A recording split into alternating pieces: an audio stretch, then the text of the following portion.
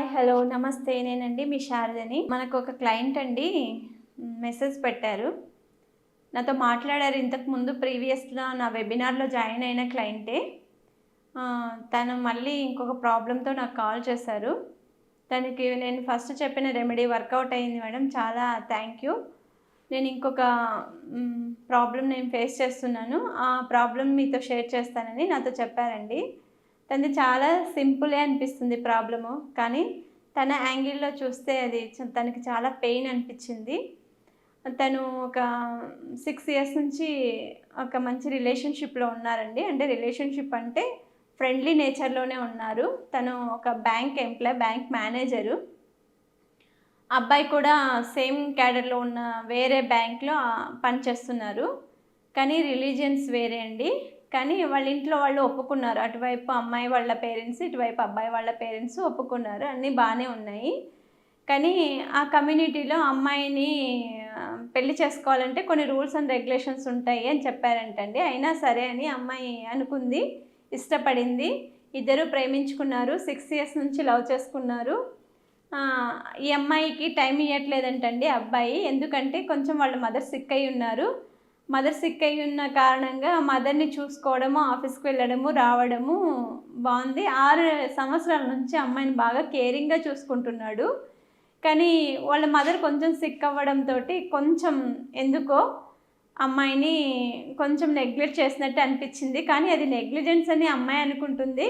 కానీ అబ్బాయికి టైం లేకపోవడం వలన అలా చేస్తున్నాడని నేను చెప్పానండి. కానీ అమ్మాయి ఎలా ఫీల్ అయిందో తెలుసా? అక్క, నాకు ఒక సిస్టర్ ఉంటే మీతో నేను ఎలా షేర్ చేసుకునేదాన్నో సేమ్ మీరు నా వయసులో లాగే అనిపిస్తున్నారు. మీరు నాకంటే పెద్దవాళ్ళు అయితే అక్క, నాకంటే చిన్నవాళ్ళు అయితే నా సిస్టర్ అనుకొని నేను ఓపెన్గా నా ఫీలింగ్ చెప్తున్నాను. నాకు మంచి రెమెడీ చెప్పండి అన్నారండి. ఒక విధంగా ఆలోచన చేస్తే అమ్మాయి చెప్పింది కూడా చాలా కరెక్టే అండి. 6 సంవత్సరాలు వాళ్ళ లవ్ జర్నీలో ఇద్దరు హ్యాపీగా ఉన్నారు.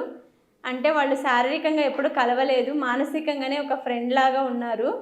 ఉంటూ ఏదైనా మనం పెళ్ళి తర్వాతే అనుకొని మంచి ఒక రిలేషన్షిప్లో ఉన్నారు, మంచి ఫ్రెండ్లీగా ఉన్నారు. ఒకరోజు అమ్మాయి అబ్బాయికి ఫోన్ చేసిందంట. ఏదో అబ్బాయి టెన్షన్ మీద చెప్పేశాడంట, నువ్వు నాకు ఫోన్ చేస్తున్నావు, నా సిచ్యువేషన్ నీకు అర్థం కావట్లేదు అని కొంచెం విసుక్కున్నాడంట. ఒక కంపారిజన్ చేశారంట. నేను నీకు ఇన్ని చూశాను, ఇన్ని చేశాను, కుక్కకు ఉన్న విశ్వాసం కూడా నీకు లేదని ఒక చిన్న వర్డ్ యూజ్ చేశాడంటండి అబ్బాయి. ఆ మాటకు అమ్మాయి చాలా హర్ట్ అయిపోయింది, ఏడ్చేసింది, బాధపడింది. అక్క, నేను హైదరాబాద్లోనే ఉంటాను, నేను పర్సనల్ అపాయింట్మెంట్ కోసం రావాలంటే ఎలా రావాలి అంటే ఆఫీస్కి రండి, కలుద్దామని చెప్పాను. యాజ్ ఎర్లీ యాజ్ పాసిబుల్ అమ్మాయి వస్తే కూడా మాట్లాడచ్చు మనము.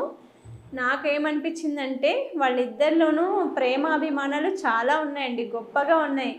కానీ ఒక ఈగో ఫీలింగ్ తోటి వాళ్ళిద్దరూ తను తగ్గాలని అమ్మాయి, అమ్మాయి తగ్గాలని అమ్మాయి. నువ్వే ఒక స్టెప్ దిగచ్చు కదా నాన్న, ఎప్పుడు జెంట్స్ ఒక మెట్టు ఎక్కువగానే ఫీల్ అవుతుంటారు, మనం ఒక స్టెప్ దిగితే ఏమవుతుంది, ఏం కాదు కదా అని నేను చెప్తే ఏమంటుందో అమ్మాయి చూద్దామని. అంటే ఏమందో తెలుసా? అక్క, నేను 100 సార్లు 100 స్టెప్పులు దిగాను, ఇంకా దిగటానికి ఏ స్టెప్పు లేదక్క. నేను ప్రతిసారి దిగుతున్నానని అతను తనే దిగుతుందిలే అని నేను బాగా అడ్వాంటేజ్గా తీసుకున్నాడక్క. నేనైతే ఇప్పుడు ఈసారి ఒక్క స్టెప్ కూడా దిగదలుచుకోలేదక్క అని అంటారు. మనం ఒకటి ఆలోచన చేయాలండి, మెరిసేదంతా బంగారం కాదు. ఎందుకో తెలుసా? బంగారం కంటే వేరే గిల్టీ నగలకే మెరుపు ఎక్కువగా ఉంటుంది. మనం ఏమనుకుంటామంటే మన దగ్గరలో ఉన్నదంతా కూడా బంగారమే అనుకుంటాం. కానీ మనుషుల్లో కూడా చాలా డిఫరెన్సేషన్ వచ్చిందండి. ఈరోజు ఒక అమ్మాయిని ఇష్టపడతారు, రేపు మన దగ్గర చెప్పే స్టోరీనే ఇంకొక వాళ్ళ దగ్గర కూడా చెప్తారు, ఇంకొక దగ్గర చెప్పే స్టోరీ ఇంకొక దగ్గర చెప్తారు. అది అమ్మాయి కానివ్వండి, అబ్బాయి కానివ్వండి. కానీ మనం సెలెక్ట్ చేసుకున్న పీస్ ఎలాంటిదో మనకు తెలుస్తుంది కదా. అది నిజంగా జెన్యూను అంటే అమ్మాయి అబ్బాయి నుంచి దూరం కాలేడు, అమ్మాయి అబ్బాయి నుంచి దూరం కాలేదు. ఎప్పుడైతే అది ఫ్రాడ్ అని తెలుస్తుందో, వాళ్ళు మనల్ని నమ్మించారు అని అనిపిస్తుందో, అప్పుడు మనకు కూడా చాలా పెయిన్ అనిపిస్తుంది. ఆ అమ్మాయి ఆ పెయిన్ తోటి నాకు ఫోన్ చేసింది, దీనికి ఒక మంచి రెమెడీ చెప్పండి అక్క అని చెప్పింది. నేను అన్నాను, ఏది కానీ తెగేదాకా లాగకుండా, తెగిపోయింది ఒకసారి అంటే మళ్ళీ ఫీల్ అవుతున్నావు అని చెప్తే ఏమందో తెలుసా? అమ్మాయి కాన్ఫిడెన్స్ లెవెల్ నాకు చాలా చాలా బాగా నచ్చింది. అక్క నేనెందుకు 100 సార్లు తగ్గాలి, ఎందుకు నేనెంతో అతను అంతే కదా, అతనెంతో నేను అంతే కదా, ఇద్దరము కలిసి జీవితం నడవాలి అనుకుంటే ప్రతిసారి నా వీక్ పాయింట్ మీద దెబ్బ కొట్టడం నాకు నచ్చలేదు. అంత మనస్తత్వం చంపుకొని నేను అతన్ని కావాలనుకోవడం కూడా నా మూర్ఖత్వమే అక్క అని అమ్మాయి ఒక విషయం చెప్పడం నాకు చాలా హ్యాపీ అనిపించిందండి. ఆ ధీమా ఉండాలి మనిషిలో. ఎందుకు పొద్దస్తమానం మనమే ఎందుకండి దిగాలి, వాళ్ళు కూడా ఒక స్టెప్ మనతో కావాలి. రిలేషన్షిప్ అంటే ఒకరికొకరు ఎన్ని స్టెప్పులైనా దిగచ్చు, ఎంత దూరమైనా ప్రయాణం చేయొచ్చు. మనం వద్దు అనుకున్నారంటే ఏవో కారణాలు చెప్తున్నారు, లేకపోతే థర్డ్ పార్టీ విషయంలోకి వెళ్ళి ఉంటారు, లేకపోతే ఇంకొక రిలేషన్లోకి వెళ్ళి ఉంటారు. అలాంటి వాళ్ళు మన జీవితం నుంచి వెళ్ళిపోయారంటే మనం చాలా చాలా హ్యాపీగా ఫీల్ అవ్వాలి. ఎందుకంటే జీవితం అంటే ప్రేమే కాదు, పెళ్ళే కాదు, ఇంకోటే కాదు. మనకంటూ ఒక కెరియర్ ఉంది. ఆ కెరియర్లో నేను నిమగ్నం అయిపోతానక్క, నేను మర్చిపోతాను అని అంది. ఆ అమ్మాయికి నేను అప్రిషియేట్ చేశానండి. ఆ మైండ్ సెట్ ఉండాలి మనిషిలో. ప్రేమించాము, అతను రాకపోతే చచ్చిపోతాము, లేకపోతే అతను లేకపోతే లైఫ్ లేదు, నేను ఇన్ని స్టెప్పులు దిగుతాను, అన్ని స్టెప్పులు దిగుతాను, అమ్మాయి లేకపోతే నేను చచ్చిపోతాను, అబ్బాయి లేకపోతే నేను ఇదైపోతాను అనుకోవడం చాలా చాలా అమాయకత్వం అండి. అలా ఎవరు ఉండకూడదు. ఎవరి కోసం ఎవరు పుట్టలేదండి. మనం ఒక కారణంతోనే పుట్టింటాం. ఒక మనిషికి ఒక జన్మిచ్చాడంటే భగవంతుడు మనతో ఏ పని చేయించడం కోసం, ఏ కార్యం కోసం మనకు ఒక జన్మిచ్చాడో ఆ జన్మలో మనం బిజీ అయిపోయాము అనుకోండి, ఇలాంటి ఆలోచనలన్నీ రావండి. ఎవరి కోసం ఎవరు తగ్గాల్సిన అవసరం లేదు. అంత కావాలి అనుకుంటే ఎంతైనా తగ్గచ్చు, ఎంతైనా ఉండొచ్చు. అటువైపు కూడా మనకు కావాలి అనుకోవాలి కదా.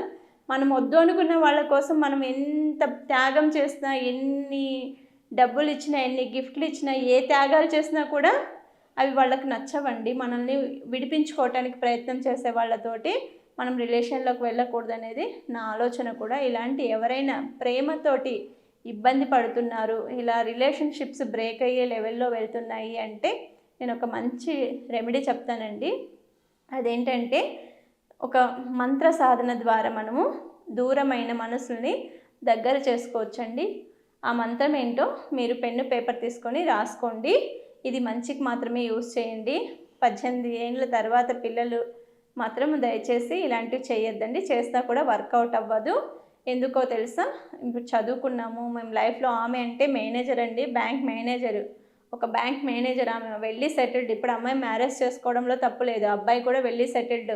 మ్యారేజ్ చేసుకోవడంలో తప్పు లేదు. ఎందుకంటే వాళ్ళు చదువుకున్నారు, గోల్లో మంచి లైఫ్లో ఉన్నారు.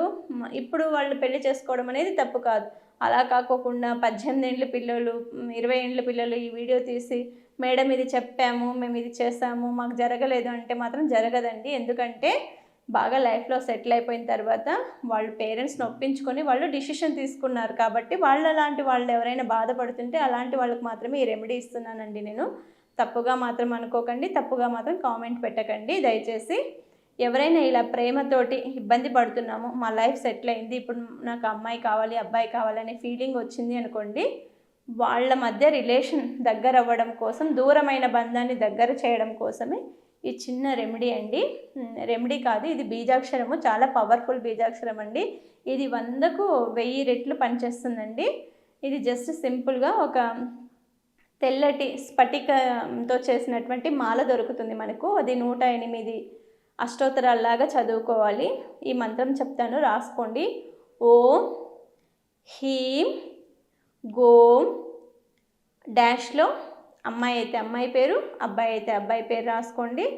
సమ్మోహన స్వాహ అనే ఈ బీజాక్షరాన్ని చదివి అండి 108 రోజులు, రోజు స్నానం చేసిన తర్వాత ఈ బీజాక్షరాన్ని చదవాలండి. ఈ బీజాక్షరం చదివేటప్పుడు నాన్ వెజ్ కూడా తినకూడదు, శుచి శుభ్రంతో ఉండాలి.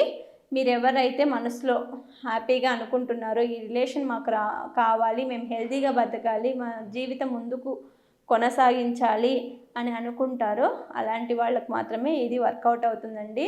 మీరు ఆ పెయిన్ నేను అర్థం చేసుకున్నాను కాబట్టి, అమ్మాయి పడ్డ బాధ, అమ్మాయి చెప్పిన విధానము, అమ్మాయి చెప్పిన కాన్ఫిడెన్స్ లెవెల్ నాకు చాలా చాలా బాగా నచ్చింది. అలాంటి వాళ్లకు వాళ్ళ మధ్య ఉన్న మనస్పర్ధలు తొలగి వాళ్ళు దగ్గరై వివాహ బంధంలో ఒకటవ్వడం కోసము ఈ రెమెడీ చాలా బాగా పడుతుంది. వాళ్ళ వివాహం జరగాలి. ఎవరైనా చాలామంది వివాహాలు జరగట్లేదు మేడం మాకు అని అంటుంటారు. వాళ్ళకు కూడా మంచి రెమెడీ చెప్తానండి. ఎవరికైతే వివాహాలు జరగట్లేదో, ఇలా క్రిటికల్ సిచ్యువేషన్లో బాధపడుతున్నారో అలాంటి వాళ్ళు మంగళవారం రోజు కానివ్వండి, ఆదివారం రోజు కానివ్వండి, బెల్లం దొరుకుతుంది కదా మనకు, ఆ బెల్లాన్ని నేతిలో ముంచి ఒక నేతి దీపం పెట్టాలండి. బెల్లం మీదే నేతి దీపం పెట్టాలి. ఇది రాహుకాల టైం వస్తుందండి. శుక్రవారం అయితే మనకి 10 గంటల నుంచి స్టార్ట్ అవుతుంది, 10-10:30 నుంచి స్టార్ట్ అవుతుంది. మంగళవారం రోజైతే 2:30, 3, 4 నుంచి స్టార్ట్ అవుతుంది. రాహుకాలం ఎప్పుడుందో చూసుకోండి. ఆ రాహుకాలం టైంలో బెల్లం మీద మీరు ఈ దీపం వెలిగిస్తూ ఉండండి. గుళ్ళోకి వెళ్ళి కూడా నిమ్మకాయల మీద దీపం పెట్టేసి వస్తూ ఉండండి. మీకు యాజ్ ఎర్లీ యాజ్ పాసిబుల్ వివాహ బంధం కూడా సెట్ అవుతుంది. వచ్చినా కూడా సంబంధాలు మంచి సంబంధాలే వస్తారు. ఎవరైనా వివాహం కోసం కానివ్వండి, చదువు కోసం కానివ్వండి, మీ ప్రాబ్లమ్స్ ఏవైనా ఉన్నా మమ్మల్ని అప్రోచ్ అయ్యారనుకోండి, కింద స్క్రోల్ అవుతున్న నెంబర్కి కాల్ చేశారనుకోండి, పర్సనల్ కాల్ మీద మేము మీకు మోటివేషన్ చెప్తామండి. అంతేకాని మీరు లోన్లీగా ఫీల్ అవ్వకండి. మీకు ఎటువంటి సమస్యలు ఉన్నా ఓపెన్గా చెప్పండి.